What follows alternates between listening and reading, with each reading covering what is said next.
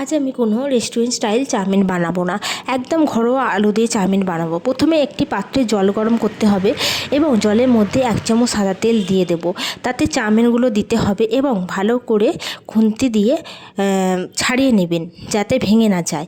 আচ্ছা, একটা পাত্র নিয়ে নিয়েছি, 2 চামচ সয়া সস, 2 চামচ গ্রিন চিলি সস এবং 2 চামচ টমেটো সস এবং সবগুলোকে ভালো করে মিশিয়ে নেব। এবং ফাইনালি চাউমিনটা বানাতে একটু কড়াইয়ে তেল দিয়ে ডিমটা ভেজে তুলে নেব। তারপর কড়াই আরেকটু তেল দিয়ে আলুগুলো ভালো করে লাল লাল করে ভেজে নেব। তাতে আবার কিছু পরিমাণ তেল দিয়ে পেঁয়াজ কুচি, টমেটো কুচি দিয়ে বেশ কিছুক্ষণ নেড়ে তাতে চাউমিন দিয়ে বেশ কিছুক্ষণ ভেজে তারপর আমরা যে সসটা করেছিলাম দিয়ে দিলাম। আর নুনটা অবশ্যই দেবেন। দিয়ে ভালো করে মিশিয়ে নিলে তৈরি চাউমিন। আমার তো খুব ভালো লাগে, আপনাদের কেমন লাগে অবশ্যই জানাবেন। এইভাবে আমার মা বানিয়ে খাওয়াতো যখন স্কুলে যেতাম। এখন তো আর এসব করাই হয় না।